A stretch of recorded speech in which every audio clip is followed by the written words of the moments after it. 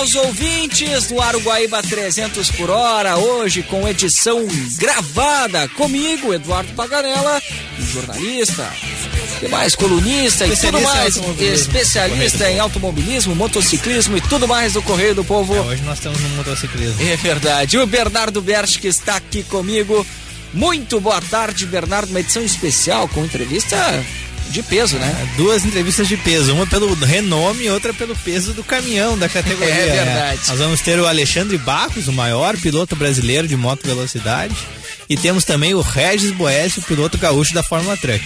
Bacana, bacana. Lembrando que esta edição do Guaíba 300 por hora vai estar disponível no blog Pit Lane, no site do Correio do Povo. Lembrando ainda que o patrocínio aqui do esporte na Rádio Guaíba, né, do automobilismo aqui na Rádio Guaíba, sempre para Full Turbos, a maior e melhor loja de performance do sul do Brasil. Full Turbos na Dona Margarida, né, Bernardo? Exatamente, na Zona Norte de Porto Alegre, o pessoal quer equipamento tanto para arrancada quanto para performance do carro e equipamento de segurança para pilotos. Tem de tudo lá, inclusive a gente está conversando lá com o Marco Patané. Nós vamos ter um sorteio especial aí, um presente da Full Turbos no programa seguinte, não nesse, no próximo, fiquem atentos. Fiquem atentos. Bom, vamos começar, Bernardo, com o nosso peso de nome, né? O renome de peso, né? E não o peso pesado que é do caminhão. A gente conversou com Alexandre Barros, sim, aquele mesmo Alexandre Barros, grande piloto brasileiro de motociclismo, fez história na motovelocidade, né, Bernardo? 4 gerações, ele passou por 4 gerações de pilotos na MotoGP e antes 500 cilindradas,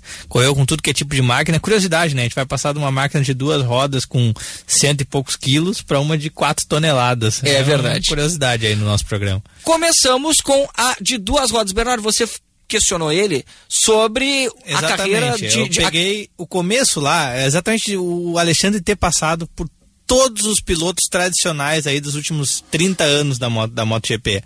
Então tem Michael Durham, Randy Mamola, etc. Vamos ver o que o Alexandre diz sobre os desafios lá da década de 90 até os anos 2000 da MotoGP. Bom, quando eu comecei com 7 anos, né?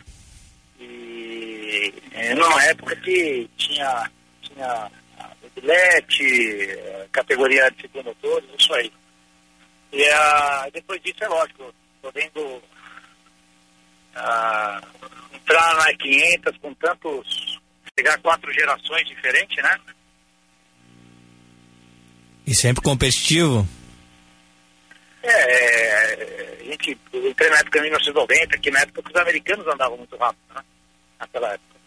Era o mais conhecido, o Kenny Roberts, Fred Spencer, né? Depois veio o Ed Downs, o Amy Rainey, Randy Mamola, e depois começou a entrar os australianos, o Andy Gardner e Michael Durham.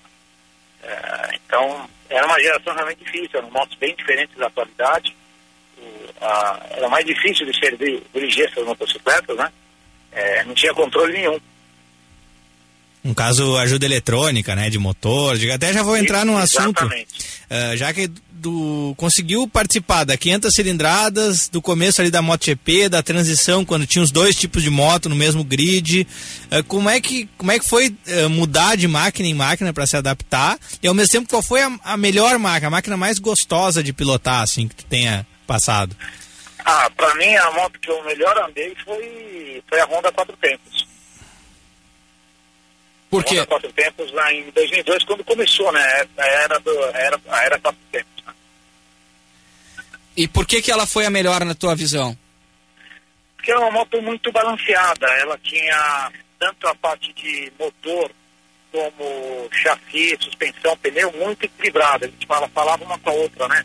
A expressão. O que quer dizer? Existia um equilíbrio muito grande nessas 4 áreas da motocicleta. Então a moto se tornava divertida e fácil de dirigir, além de ser rápida.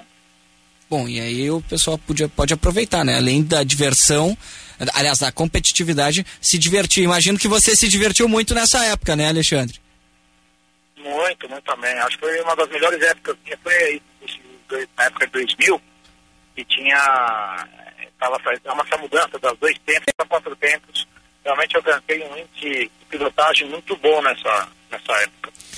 Foi ali quando a gente tem, um pouquinho depois, ou acho, nessa época exatamente, teve aquele duelo teu com o Valentino Rossi, né?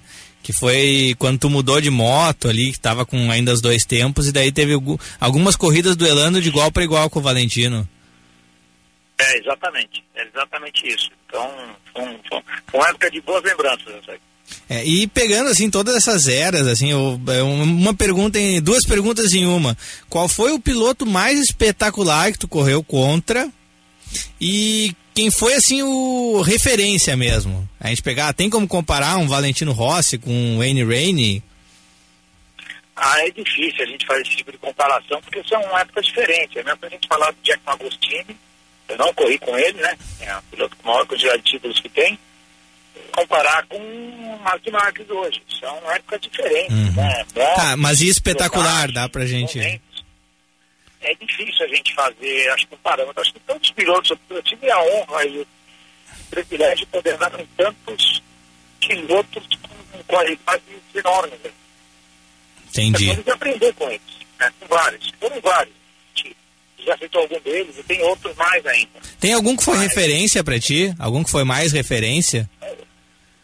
Olha, o Ed Launch, quando foi companheiro da equipe, na época já era 4 vezes campeão do mundo, ele estava se retirando do campeonato, nos 2 últimos anos eu fui companheiro da equipe dele e eu estava começando. Foi um piloto que me ensinou muito, era um piloto muito técnico, né? Além de ser rápido, constante, muito técnico. E é um piloto que eu aprendi muito, além de já ter companheiros de equipe como Mamola, Kenny Schwann, que eram um pouco mais agressivos, mas o Launch acabou ficando muito mais como piloto. Sim. Bom, eu queria que você só falasse, Alexandre, você andou com o Valentino Rossi, que é um dos principais ícones da categoria. O que o Valentino Rossi tinha tão especial em relação a outros pilotos que participaram da categoria máxima da motovelocidade?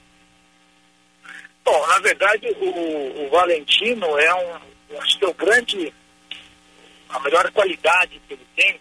É um piloto muito perseverante, ele não desiste nunca. Até brincava, para poder competir contra ele, você nunca pode abaixar a guarda, em momento nenhum. Se você abaixar, você perde, na hora. Acho que essa é a grande qualidade que tem o Valentino. Aí tem outras, muitas mais, que é uma das maiores que ele tem, que é um piloto que não desiste nunca. Sim, muito compatível, né? Inclusive na carreira dele agora, né? Ele teve uma fase meio ruim e agora ele tá voltando. A adaptação da época que ele andava com a gente, da minha época, olha o Valentino andando hoje. Se você pegar uma fotografia dele de 7, 8 anos atrás e agora, você pode ver que ele se adaptou a dirigir de forma diferente a motocicleta, porque é um piloto extremamente dedicado, um piloto que sempre procura mais e mais e mais, que eu falo. Ele não desiste, é um piloto muito perseverante. E essa é a grande qualidade que o Valentino tem. Sim. Bom, passando essa fase do Valentino Rossi, essa hegemonia, nós temos agora o Mark Marques, que é um fenômeno, a gente pode assim dizer. Acompanhei até algumas corridas dele nas categorias inferiores e ele dava um show de pilotagem. Quando chegou na categoria máxima, se esperava talvez que enfrentasse alguma dificuldade, mas ele chegou e depois de um tempo já conseguiu vencer, né? E já é bicampeão. O que você vê no Mark Marques aí de tão espetacular para ele fazer o trabalho que vem fazendo? O tempo passa para todo mundo, né? O Valentino, ele está se dedicando. Eu nunca vi o Valentino se dedicar tanto como piloto como se dedica agora. Ele não se dedica, na nossa época, não se dedicava tanto assim. É lógico, toda vez que chega um piloto novo, é mais impetuoso, está disposto a arriscar muito mais do que um piloto que já está há muito tempo ali em cima da caseira. E se manter no topo também é bem difícil, né? Do que você chegar no topo, né? Mas o Marcos é um piloto com uma qualidade acima da média, muito acima da média. É um piloto agressivo, é um piloto que está amadurecendo muito. A última corrida dele, parecia que a moto tinha algumas dificuldades, mesmo assim ele se impôs na corrida, na última corrida no Texas. Ainda comete algumas falhas, que é normal, mas o que ele está fazendo é aquela história, né? O piloto mais novo da história é ganhar um título na categoria principal, né? Tirando o Fred Spencer, que era isso.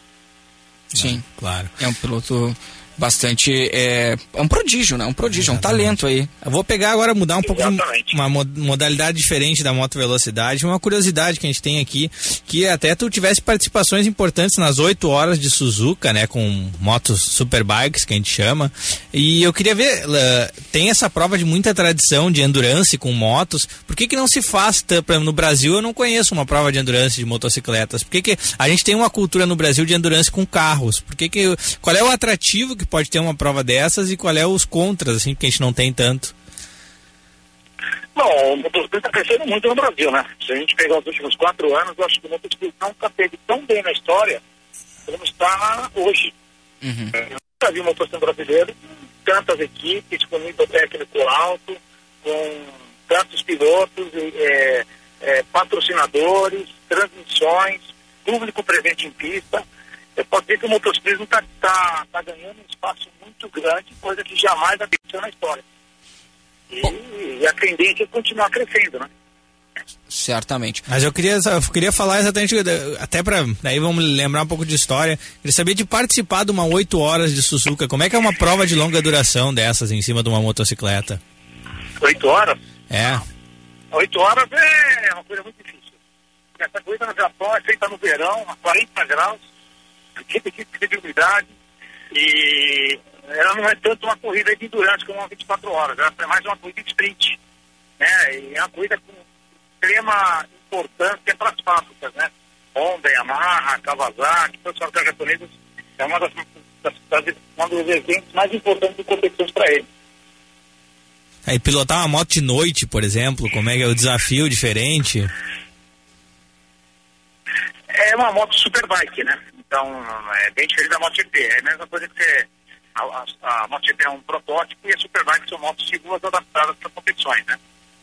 Tem algumas alterações, troca de roda, o engate das rodas de split freio são mais rápidos, a colocação do combustível também é mais rápido, ela é adaptada para essas coisas de endurance, mas é igual a Superbike do Mundial. Bom, interessante. Bom, Alexandre, queria te perguntar uma coisa. Você agora está assumindo o posto, né? Já assumiu aí, mas trabalha gerenciando a carreira de jovens talentos, né? E eu queria que você falasse um pouco dessa sua nova carreira, agenciando carreiras de novos jovens e, quem sabe, dando um caminho, né? Para que esse pessoal consiga chegar no alto da motovelocidade. Bom, a gente está com uma equipe Electral Racing, ela está indo por 4 anos de existência dela, e ela conseguiu 3 títulos nos 3 primeiros anos na categoria principal, a gente ganhou. Fomos 2 títulos campeões na categoria de base, com garotos. A gente tem um projeto que é linkado com a equipe do Emília Zamora lá fora. Ele tem no Campeonato Espanhol, no Mundial Júnior, que é um campeonato europeu, e depois tem as equipes do Mundial, da Moto 3, ele inclusive é campeão do mundo de Moto 3, com o Alex Matos, irmão do Max Marques. Esse projeto nosso é linkado com eles, né? Junto com a Honda do Brasil e a Estrela Galícia 00, que é a cerveja da Espanha, que está entrando no Brasil, né? São os nossos patrocinadores principais para desenvolver novos talentos no Brasil. E eu posso falar que brevemente a gente vai escutar nome de pilotos aí, já conseguindo já marcar território lá fora. O primeiro piloto aí é o Lucas Todos, que está correndo esse ano no campeonato espanhol de pré-Moto 3, é uma categoria inferior à Moto 3, né? E foi o piloto que foi vice-campeão ano passado aqui no Brasil conosco. Mas a equipe é formada por 4 pilotos. Esse ano nós temos pilotos, quem assumiu o lugar do Lucas Todos foi o Diego Moreira, que é um piloto de 10 anos, está entrando. Temos outros pilotos de Guilherme Brito, que tem 12 anos, o Brian David de 13 e o José Duarte de 17. São os 4 pilotos que compõem hoje a equipe aqui no Brasil. E cada ano a gente espera poder brindar oportunidades de novos pilotos, dependendo dos resultados que eles adquirem aqui. Eles têm a carreira custeada pelos nossos patrocinadores para fazer carreira internacional. É importante isso aí, que a gente vê que tem pouco incentivo às vezes para formar pilotos, tanto no automobilismo quanto no motociclismo, e tu estás criando um caminho aí, e até queria ver que a questão dá para fazer uma projeção e o que se tem que trabalhar para ter um piloto brasileiro na no topo da moto velocidade daqui a 5, 10 anos? Eu acho que antes disso a gente vai ter algumas novidades grandes. A gente está trabalhando muito, nem tudo eu posso falar hoje ainda, mas existe um trabalho intensivo no Brasil e fora do Brasil com meninos, e isso vai refletir dentro de breve. Eu acredito que em 2, 3 anos a gente vai poder, a gente vai poder ter aí pilotos já começando a fazer resultados internacionais de importância.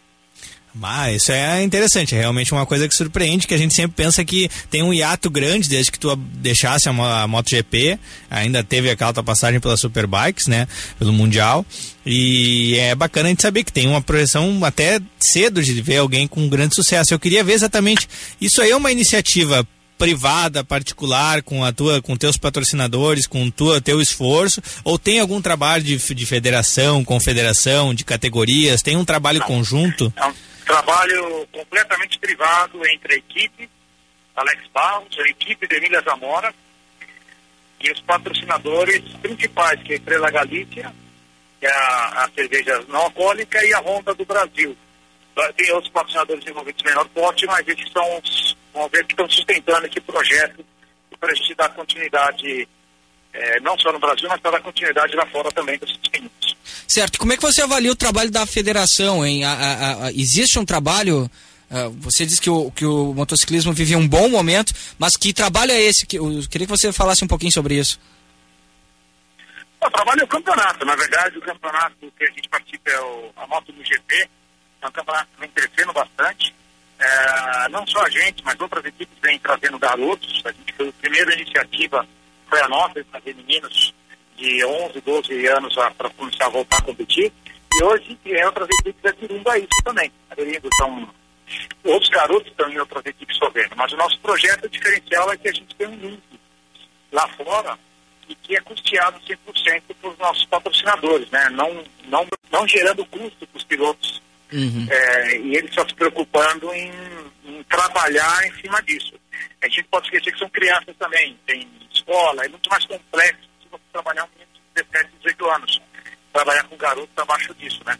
Envolve a área educacional. Então, não é um projeto fácil, é um projeto que os pais têm que estar muito de acordo. Compreendo. Exatamente para pegar também que o guri que começa a andar de moto tem a perspectiva assim, de querer ser um grande nome do esporte, e a gente tem também uma cultura no Brasil de só olhar para vitória, né, para título, não analisar resultado e a dificuldade da categoria, o valor do que se investe, né, para fazer o esporte. Tu acredita que tu teve mais reconhecimento fora do que dentro do Brasil, até por ter ficado tanto tempo lá na Moto Velocidade? A minha história foi muito diferente, né? Do que eu te falo, dos pilotos hoje estão tendo muito mais oportunidades que eu tive para poder chegar lá em cima, né? O que a gente está gerando aqui no Brasil é uma coisa que dificilmente existe em outro país. Se existir, serão outros países que fazem o mesmo tipo de atividade dando oportunidade para os meninos. É uma oportunidade ímpar, ainda mais num país ainda que está crescendo em produção de motocicleta, e eu estou muito confiante que a gente em breve vai ter, está trabalhando vários meninos, mas em breve a gente vai poder escutar o nome de pilotos brasileiros lá fora, começando a ter resultados, e aí a gente tem a esperança de começar, esses pilotos entrarem no Mundial e começar a fazer resultados expressivos, né? O trabalho não vai parar. A minha época foi muito diferente, graças a Deus tive as oportunidades no momento certo, mas a gente era sozinho, né? E tinha que encarrar a oportunidade e tirar o melhor proveito de cada um. Mas, graças a Deus, consegui chegar também em cima desse jeito. Mas que é uma carreira que exige muita dedicação e perseverança. Bacana, você está dando agora esse espaço, né? Um espaço que você mesmo não teve, né? Uma oportunidade que você mesmo não teve e teve que batalhar muito para chegar lá em cima. Essa questão exatamente por tu ter que agarrar as oportunidades quando vinham e ter sido sozinho, tu acredita que influenciou de tu não ter conseguido, por exemplo, um título mundial, ou o que faltou? Eu sei que teve uma fase que teve algumas lesões importantes. Você está falando entre a minha parada e hoje? Não, quando tu estavas na MotoGP, quando primeiro tu subiu tendo que agarrar a oportunidade, andando, começou na Cagiva, que era uma equipe menor, depois foi pra Suzuki, se eu não me engano, e foi evoluindo como dava, não tinha um apoio maior, um caminho para seguir, assim. E eu queria saber se isso influenciou de não ter chegado num título mundial, ou se também teve uma fase ali que teve lesões. É difícil, é a base de resultado. Se eu não fizesse resultado, eu não conseguiria ter chegado lá, né? Não tinha outro meio. Na minha época, ser brasileiro ainda não era... tinha menos importância que ser europeu, por exemplo, ou um americano, porque o mercado de motocicleta do Brasil não tinha uma expressão grande, como tem hoje. Hoje, ser brasileiro é uma boa oportunidade, porque é um dos maiores mercados do mundo de motocicleta, são os nossos. Então, existe também interesse comercial de termos brasileiros lá fora. Então, hoje é um momento propício sair do Brasil lá para fora. Na minha época não era tanto, porque o mercado de moto não era tão evidente como é hoje. Bacana. Alex, pra gente finalizar, a gente fala muito, né? Você é uma referência nas duas rodas, mas eu tenho uma curiosidade. Você já andou, já correu de carro, já teve vontade de correr de carro? Eu andei de Porsche Cup em 2010 e cheguei em segundo no campeonato. Foi o único campeonato que eu participei. Me diverti bastante, viu? Eu imagino sim. E aí, mas a noção de piloto passa de um esporte para outro? Como é que é isso, hein? Eu acho que a mudança da motocicleta para carro é mais fácil que ao revés, né? Pelas dificuldades que você encontra, mas é lógico, você ser um bom piloto de automobilismo, existe também muito treino. Não vai pensar que o piloto da moto e entra no carro e vai ganhar de todos os pontos, não é assim. Ele tem um resultado mais surpreendente que ao revés, mas existe muita dedicação também para andar tão bem como outros pilotos de ponta. Perfeito. Bom, Alex, a gente queria te agradecer pela atenção. Muito obrigado por ter nos atendido aqui no Guaíba 300 por hora. Grande abraço, viu? Obrigado, eu agradeço. Grande abraço para vocês também. Beleza, tá aí a entrevista, Bernardo, com nada mais, nada menos que Alexandre Barros. Que honra conversar com o Alexandre Barros, um cara que tem muita história mesmo, né, na motovelocidade. Se adaptou a vários tipos de máquinas diferentes, de modelos diferentes, de regras diferentes, 500 cilindradas, 2 tempos, 4 tempos, 1000 cilindradas, e agora fazendo um trabalho importantíssimo de formação de pilotos para tentar lançar no topo da categoria, enquanto que no automobilismo está difícil a gente ver um horizonte de ter pilotos sendo lançados para a Fórmula 1, tudo são iniciativas individuais, apesar de a gente ter lá no momento e na MotoGP não ter. O Alexandre aí nos projetando até para breve, né, um piloto com resultados na Europa, e o mais importante que a gente comenta e a gente enfatiza, uma iniciativa particular, que não tem, infelizmente, o apoio de uma confederação. É um trabalho com campeonatos, com patrocinadores, com equipes, mas tem essa questão de, podia ter uma força maior para o esporte ao invés de só organizar calendário e regras, né? Pois é, o que me chamou a atenção dessa entrevista, Bernardo, e é muito bacana, é o que ele fala a respeito do Valentino Rossi, né? Destacando como ele ele buscava, né? Ele não se entregava nunca, não se entrega nunca daqueles que vão pelejando, né? Vão lutando. Eu até tentei emendar no meio da entrevista, né? Que às vezes eu sou meio grosso com os entrevistados, que eu queria falar que o Valentino teve uma má fase aí, que foi pra Ducati tentar pegar o manto do Casey Stoner, que foi campeão com a Ducati, e não conseguiu pilotar a Ducati, voltou pra Yamaha, ainda não teve aqueles resultados que se esperava, e agora esse ano começou vencendo corrida, quer dizer, ele não se entregou de jeito nenhum até voltar a ter um nível de competição bom. Bacana. E lidera o campeonato. É verdade, lidera o campeonato. Eu comparo o Valentino Rossi ao Michael Schumacher, aqueles nomes espetaculares, assim, porque ele tem 7 títulos também na moto velocidade. Tem umas coincidências. Tem algumas coincidências. Espero que não tenha o mesmo destino do Michael Schumacher, que, né, segue uma incógnita aí. Eu digo sempre, o segredo de piloto é que tem que continuar competindo. Depois eles começam a aprontar outras coisas. O próprio Alexandre, apesar de não competir em campeonatos, ele faz várias provas específicas. Alguma de Moto 1000GP, fez algumas corridas esporádicas, ou até daquelas, eu não sei como é que é o nome daquilo, que é Supermoto, eu acho, que daí tem pista de asfalto misturado com pista de terra, tem essas variedades aí, ele tá sempre se deixando na ativa. O pessoal da velocidade gosta de pisar fundo em qualquer lugar, né? A verdade é essa, né? Exatamente. Não sei se tem moto no gelo, mas se tivesse... Tem moto no gelo, mas daí é tipo aqueles, tipo um jet ski da neve, né? É verdade, certamente o Alexandre Barros ia gostar disso. Muito bem, Bernardo, bacana conversar com o Alexandre Barros. Daqui a pouquinho depois do intervalo, temos Fórmula Truck, né, Bernardo? Exatamente, vamos falar com o Regis Boessi, o gaúcho da Fórmula Truck. Bom, lembrando, vamos para o intervalo, mas falando sempre de automobilismo aqui na Rádio Guaíba, para Full Turbos, a maior e melhor loja de performance do sul do Brasil. Passe na Full Turbos, lá na Dona Margarida, na zona norte de Porto Alegre. Pessoal que gosta de competitividade, que gosta de automobilismo, tem que passar lá, né, Bernardo? Não pode perder. Vamos passar na Full Turbos, acelerar na Full Turbos. Vamos para o intervalo aqui no Guaíba 300 por hora, nós já voltaremos.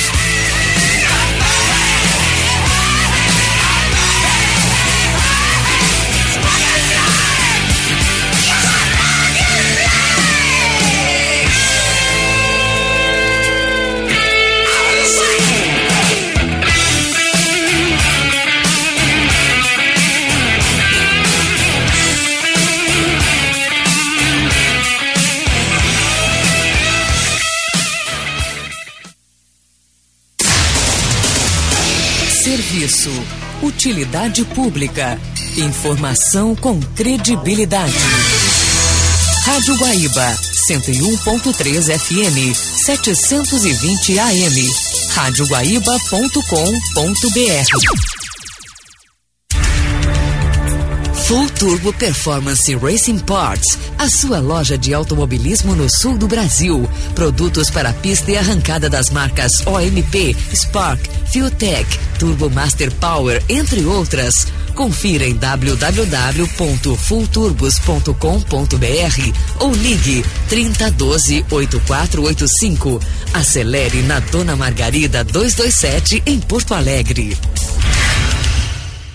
Só o Magazine Luiza dá um condomínio de casas pra você. Promoção, esse condomínio é meu. Compre e concorra. Smartphone Samsung Galaxy a partir de 10 de 29,90 por mês, sem juros, no cartão Luiza.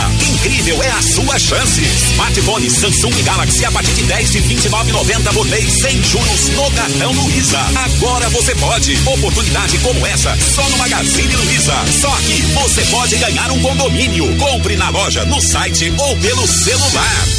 A equipe de campeões Ioiô Fênix está na cidade. Prepare-se para as manobras radicais desta turma. Traga o seu Ioiô Fênix, participe dos nossos campeonatos e venha ser um campeão. Ioiô Fênix, os melhores estão aqui. Semifinais do Gauchão é na Guaíba. Neste sábado, a partir das 13h30 da tarde, direto da Arena, tem Grêmio e Juventude. Partiu pra bola, pé direito, na bola disparou, nasceu! Narração Mário Lima, comentários Carlos Guimarães, reportagens Cristiano Silva, Jason Lisboa e Gutierrez Sanches. No plantão, Rogério Belki. Este domingo, a partir das 13h30 da tarde, direto do estádio Beira-Rio, Inter e Brasil de Pelotas. Pensou futebol, pensou Guaíba. Oferecimento Coca-Cola, Sicredi, Energético 36HP, Classificados Correio do Povo, Banco Renner, Multissom, Shopcalena, Óticas Diniz e CR Diamantes.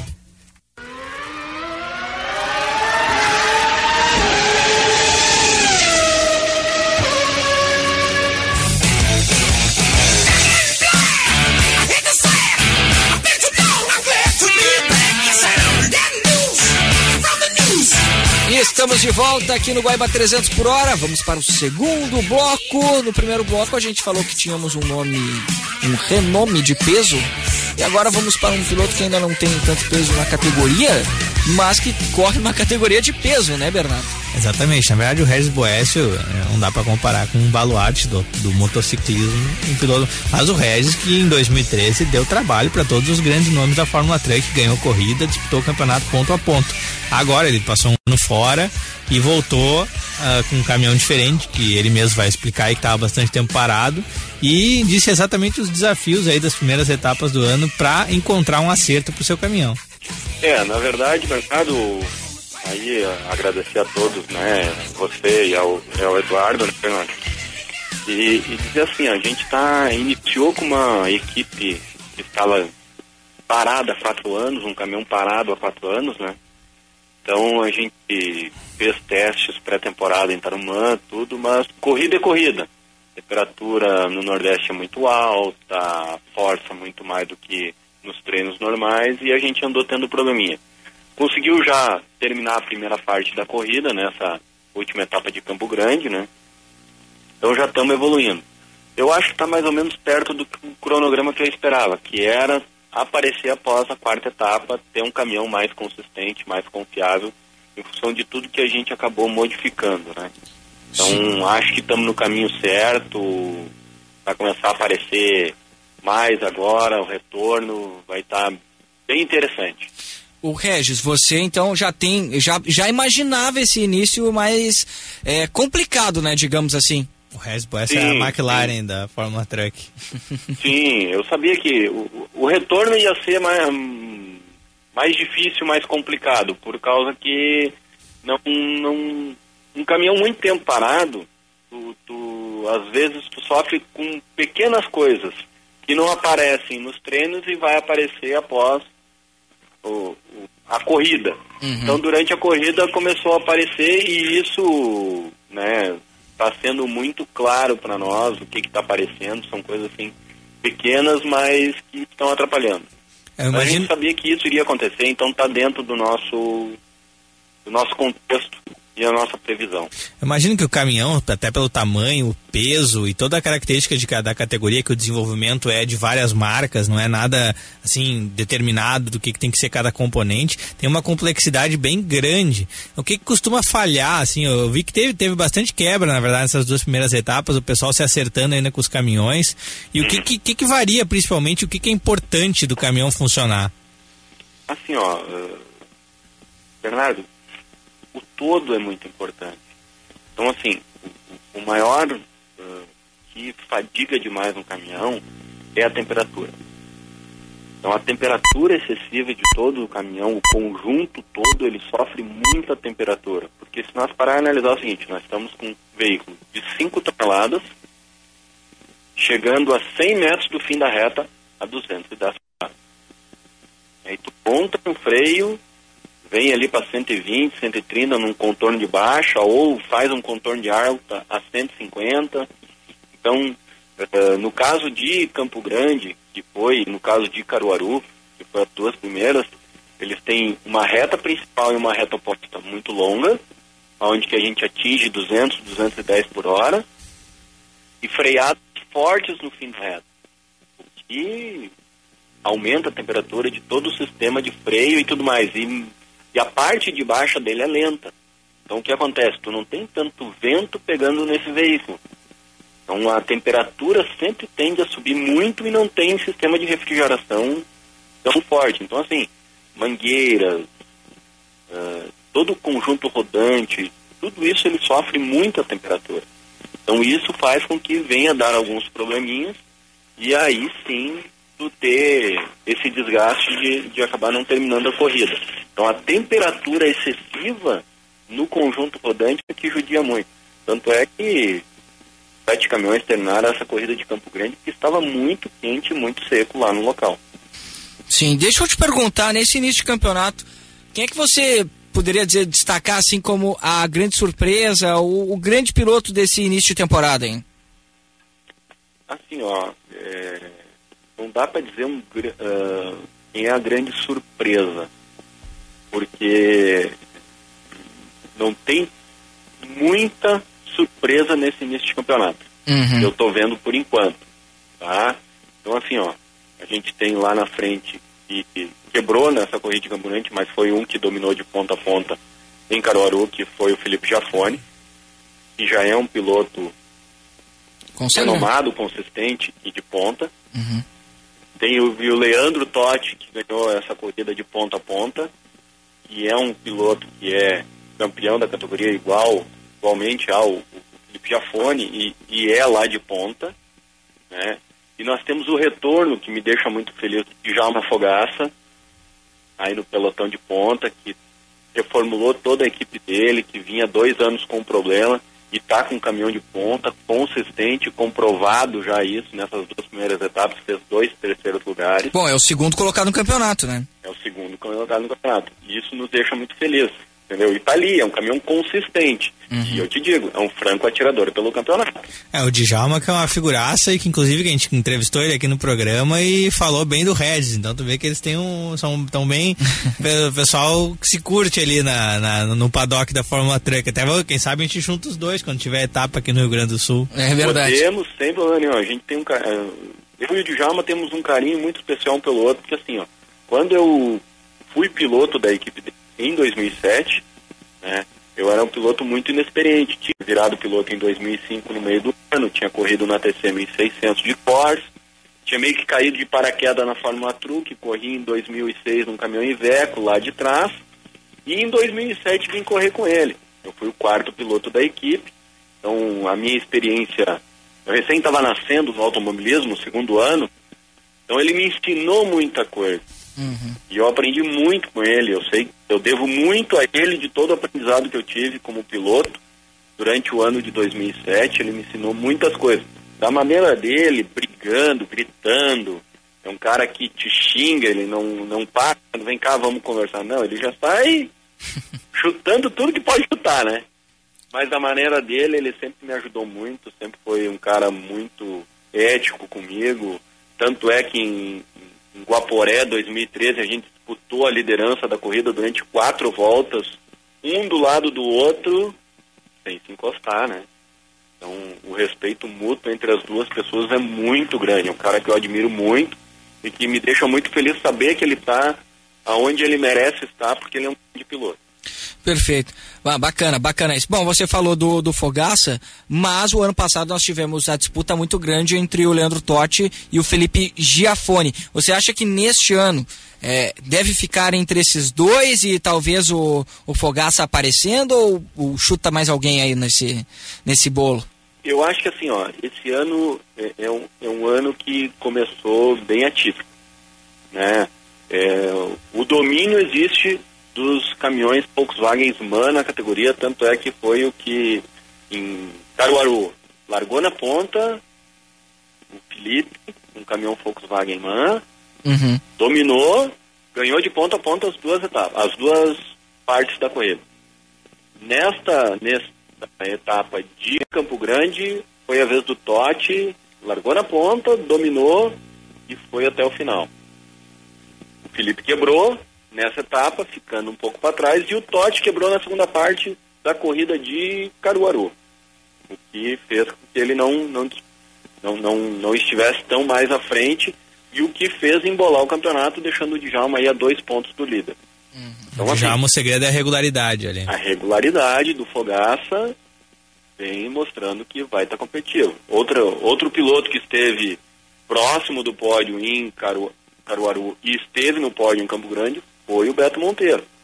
É outro piloto também que é um piloto rápido e é um piloto que está mostrando aí, vem nesse início de temporada muito bem, né? Então é um cara de ponta.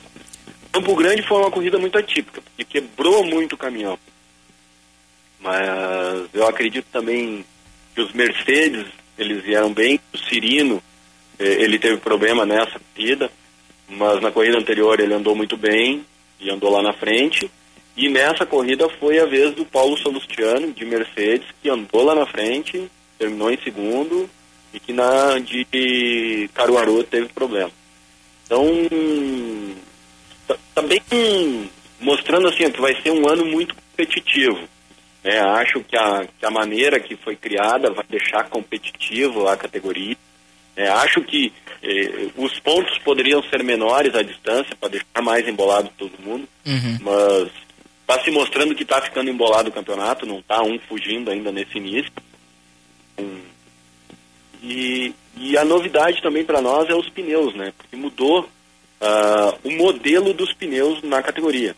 A gente trabalhava com pneu de um modelo que era o R227, agora está com o R268.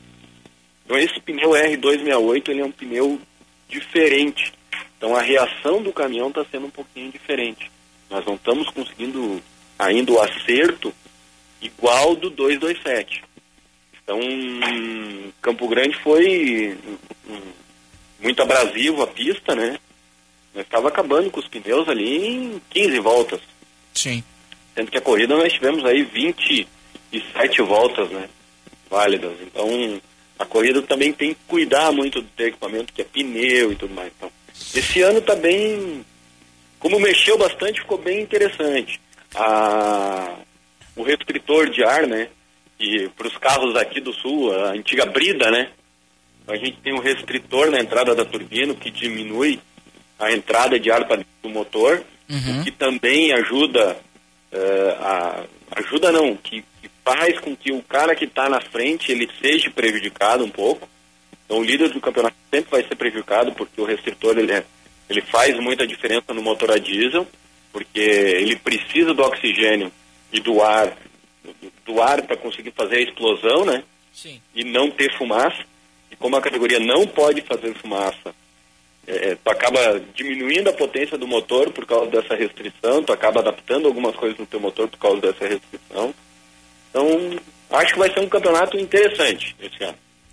E pra ti, assim, as projeções, agora deve diminuir um pouco a temperatura das provas, quem sabe, né? Estão mudando de estação.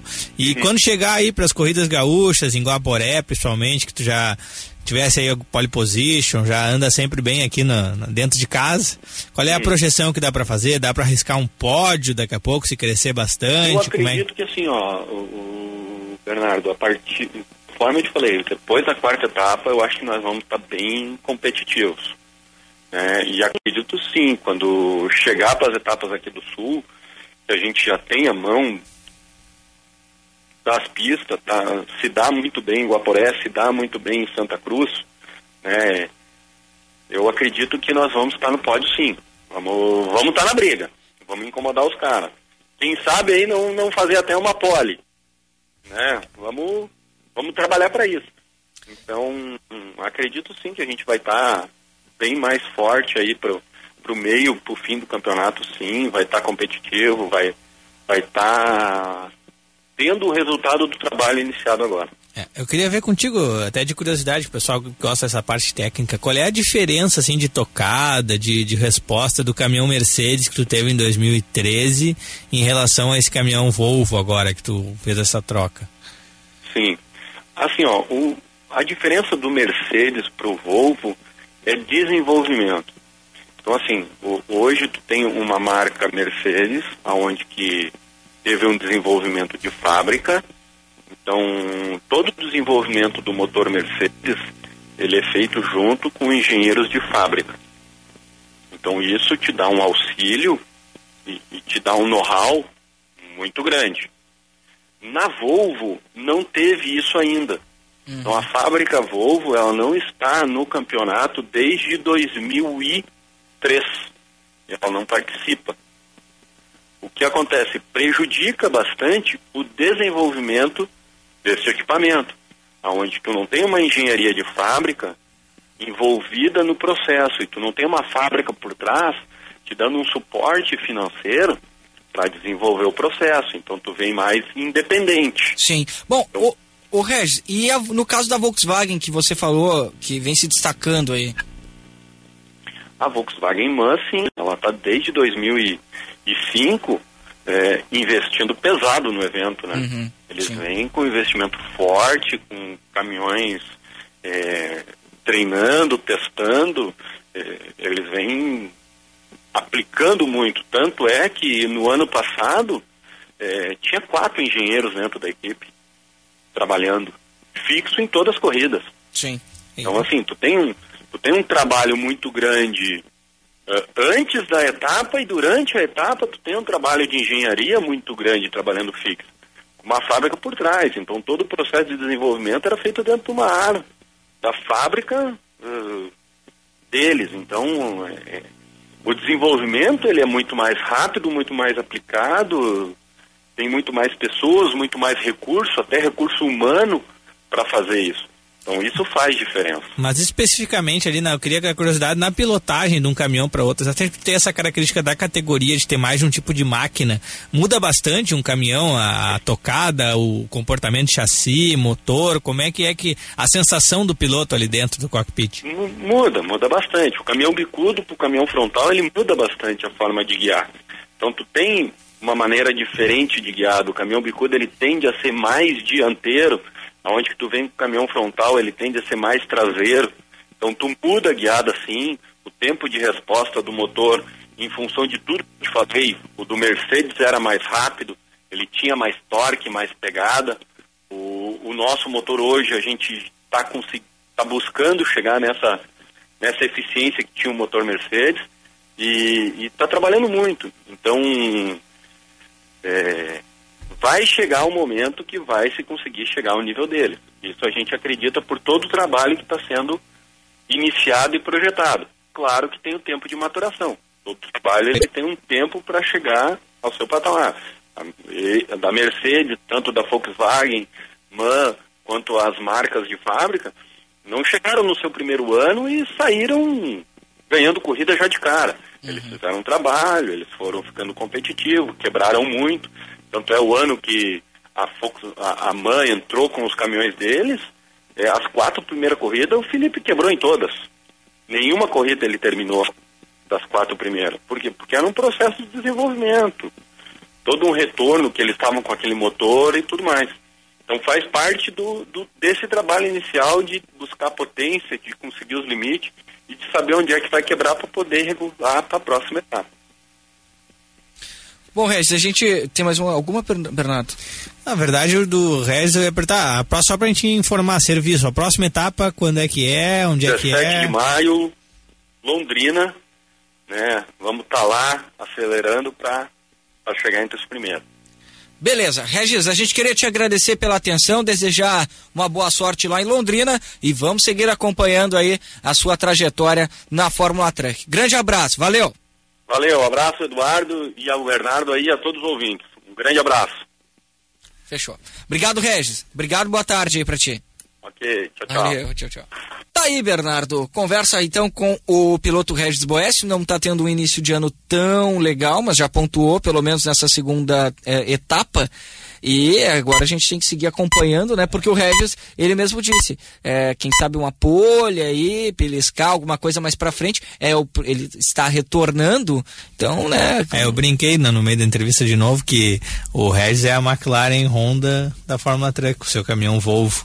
Tá acertando aí, eu acredito que a McLaren vai vir muito forte pra temporada europeia, e no caso o Regis Boécio vem pra temporada gaúcha aí da Fórmula Truck, eu acho que um carro bem forte. Ele inclusive é muito forte em Guaporé, sempre andou bem aqui correndo em casa, fez pole position, e se tiver tudo certo o caminhão, ele não vai ser um nome a ser descartado. Bom, e tem a questão de desenvolvimento, né? Ele tem essa dificuldade, né? A Volvo não desenvolve os caminhões como a Volkswagen e também como a Mercedes. Isso aí ele tem que fazer, ele tem que fazer um voo solo, né? Um projeto próprio do Regis, mas eles trabalharam muito forte. Eu fui 2 vezes em Tarumã antes da temporada começar, e nas 2 vezes ele estava lá andando com o truck para ver o acerto de carro, ver o que dura de peça, o que dá problema. E de novo eu fui entre a primeira etapa do campeonato aí, a segunda parte, ver como é que tava a movimentação, e tava lá de novo o Regis trabalhando. Sempre que abre Tarumã, ele tá mexendo naquele caminhão e andando forte. Bacana. Bernardo, só o chutômetro aqui do GP do Bahrein de Fórmula 1, os 3 primeiros. Já chutômetro. Eu vou arriscar no Lewis Hamilton com Kimi Raikkonen e Nico Rosberg. Muito bem. Ziquei o Sebastian Vettel. Tá certo. Ficamos por aqui com Guaíba 300 por hora, agradecendo a atenção de todos, lembrando sempre, Guaíba 300 por hora, as informações do automobilismo aqui na Rádio Guaíba, para Full Turbos, a maior e melhor loja de performance do sul do Brasil. Valeu, tchau.